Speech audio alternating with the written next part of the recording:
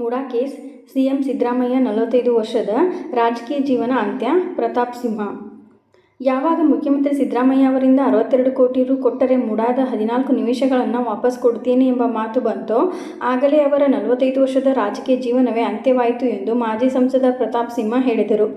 ಸುದ್ದಿಗಾರರ ಜೊತೆ ಮಾತನಾಡಿ, ನೀವು 14 ನಿವೇಶನಗಳನ್ನು ವಾಪಸ್ಸು ಕೊಟ್ಟರೆ ಇಡೀ ಪ್ರಕರಣ ತಾರ್ಕಿಕ ಅಂತ್ಯ ಕಾಣುತ್ತದೆ. ಯಾರೆಲ್ಲ ಅಕ್ರಮವಾಗಿ ನಿವೇಶನ ಪಡೆದಿದ್ದಾರೋ ಎಲ್ಲವೂ ಹೊರಗೆ ಬರುತ್ತವೆ ಎಂಬುದಾಗಿ ನಾನು ಸಿಎಂಗೆ ಹೇಳಿದ್ದೆ.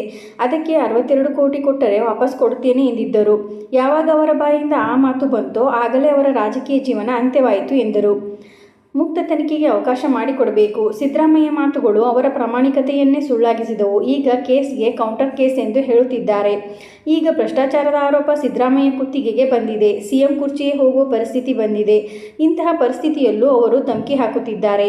ಯಾರ್ಯಾರ ಮೇಲೆ ಕೇಸ್ ಹಾಕುತ್ತೀರೋ ಹಾಕಿ ನೋಡೋಣ. ರಾಜ್ಯದ ಜನ ಎಲ್ಲವನ್ನೂ ಬಹಳ ಸೂಕ್ಷ್ಮವಾಗಿ ನೋಡುತ್ತಿದ್ದಾರೆ. ಸಿದ್ದರಾಮಯ್ಯ ಕೂಡಲೇ ರಾಜೀನಾಮೆ ನೀಡಿ ಮುಕ್ತ ತನಿಖೆಗೆ ಅವಕಾಶ ಮಾಡಿಕೊಡಬೇಕು ಎಂದರು. ಇದೇ ರೀತಿ ಮಾಹಿತಿಗಾಗಿ ನಮ್ಮ ಚಾನಲನ್ನು ಸಬ್ಸ್ಕ್ರೈಬ್ ಆಗಿ ಮತ್ತು ಶೇರ್ ಮಾಡಿ. ಧನ್ಯವಾದಗಳು.